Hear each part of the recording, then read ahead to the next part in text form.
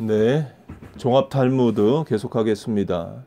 유대인들은 탈무드를 바다라고 부르기도 한다. 탈무드는 광대하여 온갖 것이 다 거기 들었기 때문이다. 또 그 깊은 밑에는 무엇이 들었는지 확인할 수가 없기 때문이다. 그러나 탈무드가 지나치게 방대하다고 하여 길을 꺾여서는 안 된다. 탈무드에 이런 이야기가 있다. 이제 바다라는 단어를 말하는데요. 이제 성경에도 바다라는 단어가 있습니다. 근데 히브리어로는 바다와 호수가 같은 단어이에요. 이제 한글식으로 하면 큰 물입니다. 그래서 사해도 사실 바다가 아니죠. 그리고 갈릴리 호수도 바다가 아닌데 긴네렛 바다 이렇게 불리기도 합니다. 근데 왜 호수를 바다라 부르느냐? 바다하고 호수하고 단어가 같아서 이제 그래요. 사내 둘이 남자 둘이 오랜 여행 끝에 배를 줄이고 있었다. 그런데 한 방에 들어가 보니 맛있는 과일이 바구니에 담겨 천장에서 늘어뜨려져 있었다. 한 사내가 말했다. 과일이 먹고 싶긴 하지만 너무 높은 데 있어 나는 어쩔 수가 없네.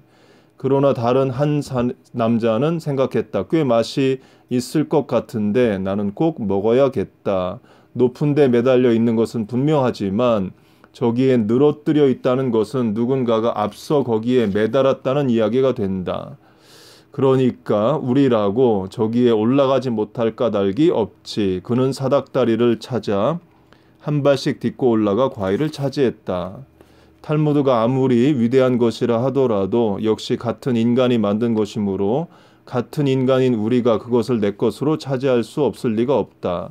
다만 한 발씩 한 발씩 사다리를 밟고 올라가야만 한다는 것이다. 그러나 독자들을 부추기기 위해서 나는 이렇게 말하고 싶다. 독자들이 알고 있는 범위의 세계적 위인 몇백 명을 한 방에 놓고 그들의 몇백 시간에 걸쳐 이야기한 내용을 녹음했다고 하자. 그것은 매우 소중한 것이다. 탈무드는 여기에 견줄 만한 가치를 지니고 있다. 탈무드의 한 페이지만을 펼쳐보더라도 거기서 반드시 위대한 인물들이 1000년 동안 이야기한 분량의 음성을 들을 수 있을 것이다. 이 책은 그 안내자 구실을 하게 된다. 탈무드에 대해서 굉장히 칭찬하는데요. 자기가 탈무드에 대해서 책을 쓰니까 그런 거죠. 이렇게 칭찬을 하는 목적은 독자로 하여금 기대감을 갖게 하고 확신을 갖게 하는 겁니다. 당신이 이 책을 사서 읽는데 책값 아깝지 않고 또 이 책을 읽음으로 당신이 성장하고 더 나은 사람이 될 거라는 확신을 넣어주는 거예요. 사람들이 갖고 싶어하는 것은 확신입니다. 그래서 독일의 히틀러 같은 사람들이 그 전쟁하고 유대인들 학살하고 장애인들 죽이고 그런 일 하자고 했을 때 종교개혁의 나라인 독일인들이 홀딱 넘어간 이유 중 하나가 히틀러가 확신 있게 말해서 그래요. 거짓말도 거짓말하는 사람이 확신을 가지고 반복하면 듣는 자가 믿습니다. 그러니까 사기꾼들한테 우리가 당하는 거죠. 바꿔 말하면 불안정하고 두려운 이 시대, 불확실한 시대에 뭔가 의지하고 믿고자 하는 대상을 사람들은 찾아요. 거기에 대해서 무당이 확신을 주고 스님이 확신을 주고 사기꾼이 확신을 주고 이런 사람들이 확신을 주는데 사람들이 귀를 기울인다면 우리는 하나님의 말씀에 귀를 기울이고 설교에 귀를 기울이고 좋은 신앙 서적을 통해서 그래 내 믿음 생활이 옳아 내가 지금 믿는 게 맞아 하나님 의지하고 이 어려운 때 기도하는 게 옳아 감춰진 하나님의 뜻이 있을 거야. 지금도 하나님은 역사하시고 역사하고 계셔. Everything is in God's control. God controls all. 를 우리가 믿고 오늘도 살아가야 됩니다. 네, 랍비 세 사람 탈무드 신학교에 입학하러 갔을 때이다. 나는 면접 시험에서 이 학교에 들어오려는 동기가 무엇이냐라는 질문을 받았다. 나는 대답하였다. 저는 이 학교가 좋기 때문에 입학하고 싶습니다. 그런데 시험관은 이렇게 말하였다. 만일 공부를 하고 싶다면 그대는 도서관에 가는 편이 좋을 걸세. 학교는 공부하는 곳이 아니거든. 그래서 나는 시험관에게 물었다. 그렇다면 학교에는 왜 가야 하는 걸까요? 시험관은 말했다. 학교란 위대한 사람 앞에 나가 앉기 위해 가는 것이지. 위대한 사람이라는 것은 그 살아있는 본보기에서 배우게. 학생들은 위대한 랍비와 교사를 지켜봄으로 배워가는 것이라네. 탈무드에서는 위대한 랍비 세 사람의 이야기가 있다.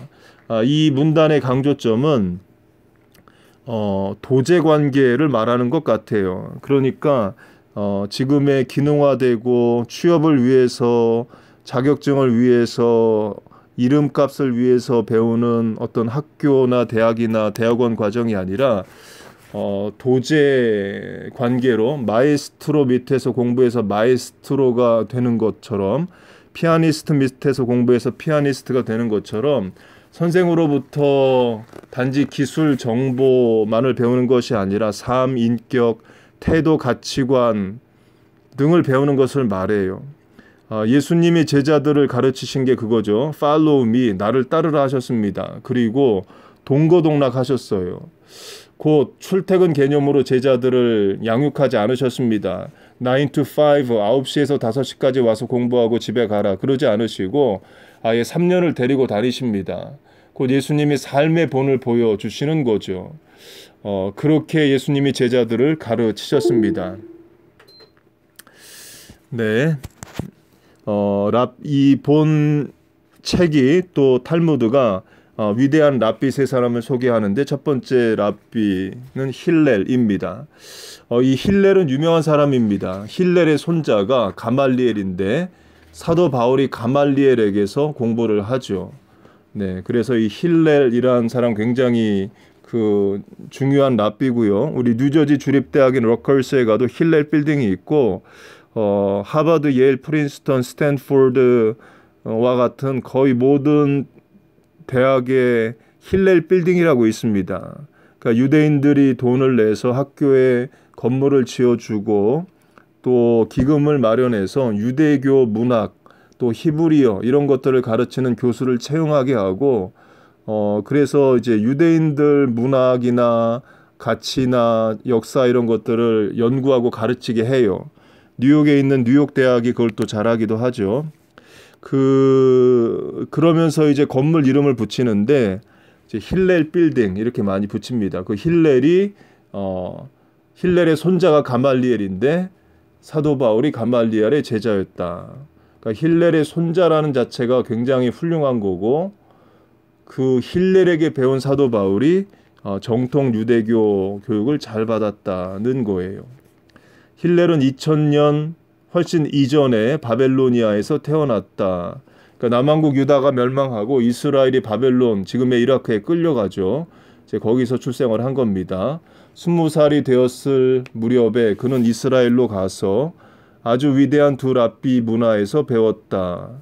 그러니까 예레미야의 예언대로 70년 만에 돌아오리라 할 때 돌아왔나 봅니다. 그러니까 바벨론의 포로로 끌려간 뒤 50년째 되는 해에 그 정도에 태어나서 20살이 돼서 예루살렘 이스라엘로 돌아온 거죠.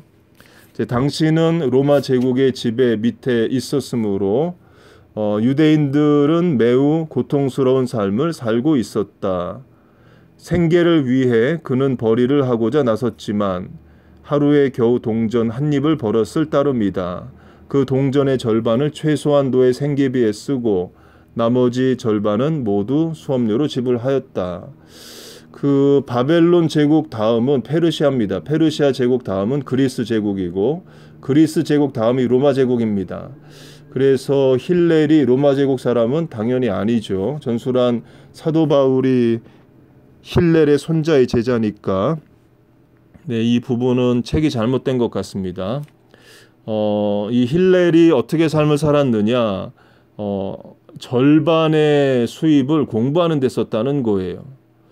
예, 이렇게 우리가 다 살자는 건 아니지만 이런 사람들 있죠. 공부하는 거 좋아하고 또 대학 교수 연구자들 또 이렇게 합니다. 확대 적용하면 나는 어느 부분에 돈을 많이 쓰나, 그게 어떤 내 개인의 오락이나 또 유흥이 되는 사람들도 있겠고, 또는 남을 돕는 거나 하나님의 일을 위해 또 많은 또 시간과 재물을 쓰는 사람도 있을 겁니다. 여러분 잘 사용하시기를 바랍니다.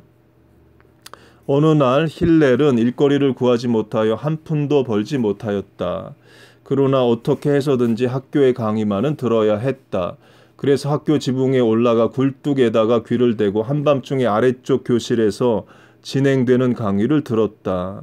그런데 어느 사이엔가 그는 잠이 들어버렸다. 때는 추운 밤이었는데 마침 내리던 눈이 그를 뒤덮고 말았다. 아침이 되어 다시 학교가 시작되었다. 그런데 교실 안이 여느 때보다 어두워 모두가 천장을 쳐다보니 채광창이 어떤 사람의 몸뚱이에 가려져 있는 것이다. 사람들은 힐레를 끌어내려 몸을 따뜻하게 해주어 원기를 되찾게 하였다. 그때부터 그는 수업료를 면제받았다. 그뿐 아니라 그때부터 유대인 학교에서는 수업료를 받지 않게 되었다. 예, 전설 같은 이야기이고 또 유명한 사람들은 이런 이야기가 또 있기도 하고 또 그렇죠. 힐렐의 말은 랍비들 가운데서도 가장 많이 전송되었으며 그의 말은 예수도 자주 인용하고 있다. 네, 이 부분이 어떤 건지는 제가 정확히 모르겠습니다. 힐렐은 천재였으며 매우 점잖고 예의 바른 사람이었다. 한 번은 로마 사람이 힐렐에게 찾아와 이렇게 말하였다. 제가 외발로 서 있는 동안 유대 학문 전체를 가르쳐 주십시오. 한 발로 서 있는 시간이 길어야 1분, 2분이겠죠. 그러니까 유대인들을 무시하면서 하는 말인 거죠. 그러니까 너희 유대인들의 학문 문학을 몇 분 안에 다 나한테 가르쳐 달라 말하는 거예요. 그러니까 무례한 질문입니다. 그때 힐렐은 말하였다. 내게 싫은 일은 남에게도 하지 말라. 또 한 번은 힐렐로 하여금 화를 내게 할 수 있느냐 하는 것으로 내기가 벌어졌다. 안식일은 금요일에 해질 무렵에서 토요일에 해질 무렵까지의 하루 동안이다. 그 창세기를 보면 하나님이 창조를 하시고 밤이 되고 아침이 되니 첫째 날이라 밤이 되고 아침이 되니 둘째 날이라 이런 식으로 하루의 시작을 밤으로 이야기를 하십니다. 그러니까 지금도 유대인들이 안식일은 금요일 해질 때부터 그 다음날 해 뜰 때까지 이해해요. 유월절 여호와의 절기 다 저녁부터 시작합니다. 바꿔 말하면 하루의 시작을 안식하며 시작을 하는 거죠. 하루의 시작이 저녁이라 해가 진다라는 것은 잠을 자는 것을 말합니다. 지금 우리야 전기 때문에 밤 12시까지도 안 자지만 자연광 상태에서는 해가 지면 자야죠. 곧 하루의 시작이 하나님 안에서 안식하는 거예요. 확대 적용하면 아담이 제6일째 창조가 됩니다. 그리고 하나님이 7일째에 안식하셔요.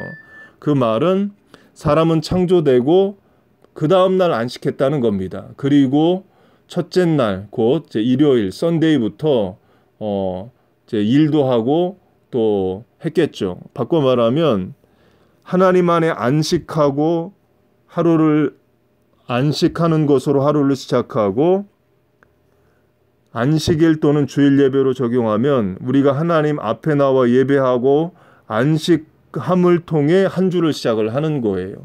그래서 주일 성수가 중요하고 또 이렇게 주일에 예배를 못 드리는 이 상태가 또 심히 안타깝기도 합니다. 네, 여기까지 하고 또 이어서 하겠습니다.